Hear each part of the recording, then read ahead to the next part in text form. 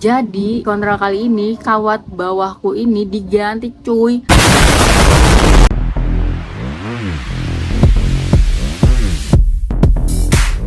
Assalamualaikum guys, welcome back to my YouTube channel. Nah, di video kali ini aku mau kontrol yang ke-18 penggunaan behel gigi, dan aku nggak tahu di bulan ini tindakannya bakal apa aja. Template banget ya, aku selalu nggak tahu emang tindakan di setiap kontrolnya tuh apa aja. Tapi yang jelas intinya aku nih udah lama banget nggak kontrol, sekitar 2 bulan kayaknya udah nggak kontrol tuh. Jadi terakhir kontrol itu di bulan Desember, tanggal 18 Desember, dan abis itu aku liburan sampai awal Februari. Dan di awal Februari ini nggak langsung dapat jadwal kontrol gitu guys, jadi antri dulu. Dan di video ini dah aku baru bisa kontrol lagi, kontrol ke 18, dan ini adalah tanggal 14 Februari 2025. Jadi ya mau 2 bulan lah ya hitungannya, dari 18 Desember ke 14 Februari 2025 gitu. Dan emang parah banget sih, ini terlama aku nggak kontrol. Tapi bukan karena aku males, melainkan karena emang keadaannya ya. Jadi aku lagi di Bekasi, sementara klinikku ini ada di Jogja, kan agak ribet ya kalau bolak-balik dan mahal juga. Jadi dokternya juga memaklumi itu, karena sempat nanya tadi akhir kontrol itu, sempat bilang, "Ini kamu liburan sampai tanggal berapa?" gitu-gitulah.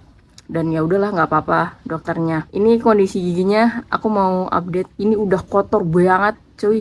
Karet behelnya yang tadinya warna abu-abu sekarang udah jadi kayak hijau neon. Lihat, aku deketin ya, kayak gini.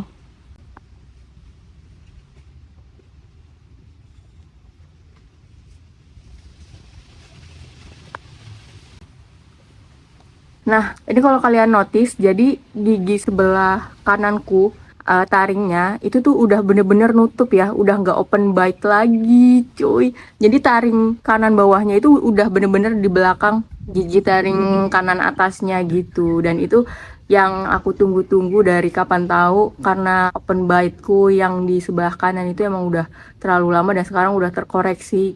Cuman emang kalau kalian notice, gigiku agak miring ya, gitu, agak miring kan. Nah, agak miring gigiku. Aku juga nggak tahu, tapi yang jelas aku mau tanya itu sih kayaknya nanti, kenapa gigiku ini kayak agak miring. Terus juga sama kenapa aku ini dipasangin power chain semulut-mulut gini.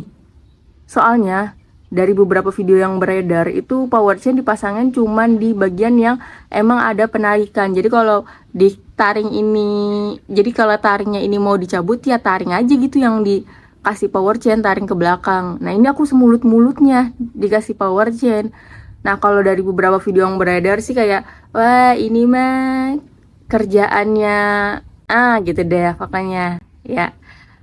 Katanya ini ciri khas pengerjaan dari gitulah. Nah tapi aku sih nggak tahu ya kenapa dokterku memutuskan untuk memasangkan power chain semulut-mulut ke gigiku. Aku kayaknya nanti bakal tanya itu. Terus sama kira-kira penarikan satu gigi taring itu butuh berapa lama, karena jujur ini lama bet dah, udah 2 bulan tapi progresnya cuma kayak gini doang nih. Ya, aku dijadwalin kontrol jam 2 siang. Sekarang aku mau kontrol ke klinik Kusuma Dental yang ada di Apotek Pangasuti, Yogyakarta. Ciao. Let's go.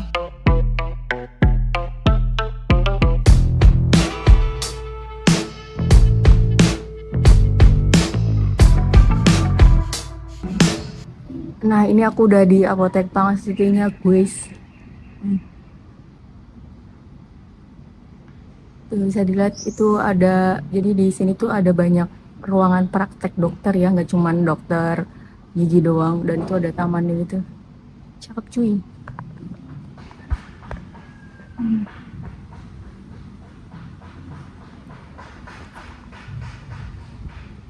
Ini udah dijadwalin dan tinggal nunggu doang dipanggil sama dokterku.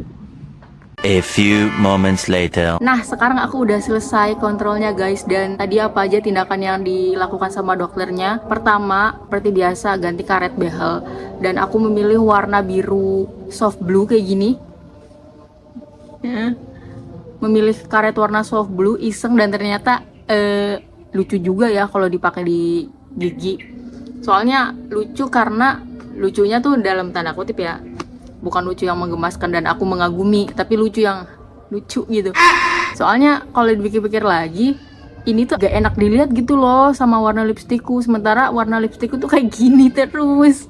Jadi ya untuk sebulan ke depan aku akan berdamai dengan warna soft blue ini. Tapi aku sih sejujurnya nggak begitu mikirin ya warna karet behel dan apa pendapat orang tentang karet behelku, warna karet behelku. Jadi kayak oke lah, itu bisa diatasi. Ini kalau ada dengar suara azan-azan ya harap maklum ya, karena emang baru selesai azan dan seperti biasa azan ini kan saling bersaut-sautan gitu ya. Jadi ada yang udah selesai, ada yang belum. Oke. Nice. Nah, yang kedua adalah pergantian kawat. Jadi di kontrol kali ini kawat bawahku ini diganti cuy, dari yang tadinya kawat tebel ke kawat rada lentur lagi gitu. Tapi kayaknya satu tingkat di bawah kawatku deh, kawat tebelku gitu. For your information, di kontrol sebelumnya itu di bulan Desember, ini aku ya Allah mendapati kondisi yang amat menyulitkan karena buckle tube kiri bawahku ini 2 kali copot. Iya, 2 kali copot. Terus aku tuh sempat masang kan di sini. Jadi setelah aku kontrol beberapa hari kemudian, buckle tubeku copot. Nah, aku coba pasang di klinikku, tapi yang masang bukan dokterku karena jadwalnya tuh bentrokan sama jadwal aku balik lah gitu. Dan tidak terpasang. Gak kepasang karena susah gitu. Jadi yaudahlah biarin aja, copot masih copot, aku balik ke Bekasi. Nah, terus aku pasang di Bekasi tuh. Pasang di Bekasi, terus kata dokternya, ini jangan langsung disangkutin karetnya ya, takutnya copot gitu. Oh ya udah, akhirnya seminggu kayaknya seminggu setelahnya baru aku sangkutin karetnya ke buckle tube yang udah dipasang kembali itu. Dan di awal Februari buckle tubeku ini juga copot lagi. Aku tanya, dok ini mau dipasang dulu atau sekalian kontrol aja? Aku sih berharapnya sekalian kontrol aja ya, karena kalau pasang sendiri di Bekasi bayar cuy 50.000. Pas aku 2 kali pasangnya 100.000 gitu ya, bukan masalah perhitungan duit atau sayang duit, tapi kayak kalau emang bisa ditunggu untuk dipasang di kontrol selanjutnya ya kenapa enggak, nunggu aja, aku nggak apa-apa kok gitu. Ya udah, akhirnya kata dokterku ya sebenarnya adminnya sih yang balas, tapi adminnya itu juga kan dari dokter keputusannya, katanya nunggu kontrol aja. Ya udah, makanya baru aku pasang lagi di kontrol hari ini gitu guys. Nih aku mau update ya penampakan gigiku setelah kontrol ke-18 ini seperti apa, karet behelnya dan juga kawat yang turun itu yang mana. Nah kayak gini ya guys, jadi warna karetnya tuh biar kayak begini. Dan apa namanya, kawat yang bawahnya itu kayak gini, nggak kotak gitu, karena kalau kawat yang sudah tebal, kawat yang emang udah dipakai buat penarikan itu bakal ngotak gitu. Bakal ngotak, ini tuh kurang ngotak gitu. Kurang terbentuk kotak, kurang berbentuk kotak gitulah maksudnya kawatnya ya. Dan oh iya, tindakan selanjutnya adalah aku dipasangin bite riser. Jadi bukan dipasangin sih, sebenarnya emang masih tetap dan terus terpasang ini bite riser, bayangin dari bulan Agustus. Cuman bite risernya aus gitu loh. Ya dipikir aja dipakai terus kan giginya buat ngunyah setiap hari. Mau bertahan gimana tuh bite riser? Apalagi aku kalau tidur tuh jujur yang suka ngunyah gigi loh. Bukan ngunyah gigi sih, pokoknya yang bunyi krek krek krek gitu. Jadi aus kan, makin terkikis itu bite risernya dan aku dipasangin lagi. Bite risernya warna putih, tadi buat yang gak berkenan skip aja ya. Nah jujur aku sih kayak ya kawatnya turun. Tapi ya mau gimana, emang yang di bawah ini tuh kayaknya belum siap untuk ditarik. Bukan belum siap sih, cuman kayak berikutnya masih copot terus gitu. Akhirnya ya udah, karena masih fokus ke penarikan atas ya udahlah gitu.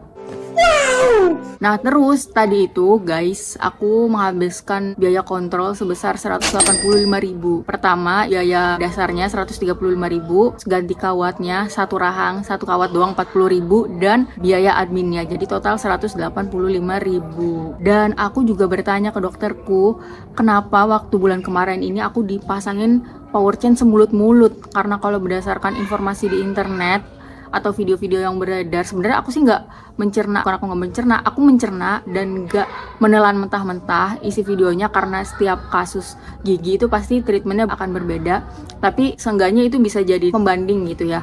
Kalau penarikan di kasus beberapa orang itu memang hanya taringnya aja yang dipasangin power chain, bukan semulut-mulut gitu. Nah aku tanya, dok kenapa aku kemarin itu dipasangin power chain semulut-mulut? Nah kata dokter itu karena mau narik gigi. Terus aku bilang kayak gini, dok emang bukan ininya doang ya, taringnya doang yang dipasangin power chain, taring ke belakang, karena yang ditarikan cuman taringnya doang. Terus kata dokterku tiap treatment itu beda, katanya kayak gitu. Pokoknya ya mungkin untuk kasusku ini pakai power chain semua gitu ya. Aku sih apa boleh buat ya, orang aku bukan dokternya, ya Allah. Kalau emang itu stepnya ya aku sih akan terima aja gitu. Nah terus tadi aku juga nanya, dok notice nggak kalau gigiku ini miring? Iya dari awal kasusmu ini giginya udah miring, katanya kayak gitu. Oh iya, nah dok ini bisa sejajar nggak? Nah iya, penggunaan behel ini untuk betulkan posisi gigi-gigi. Oh ya udahlah.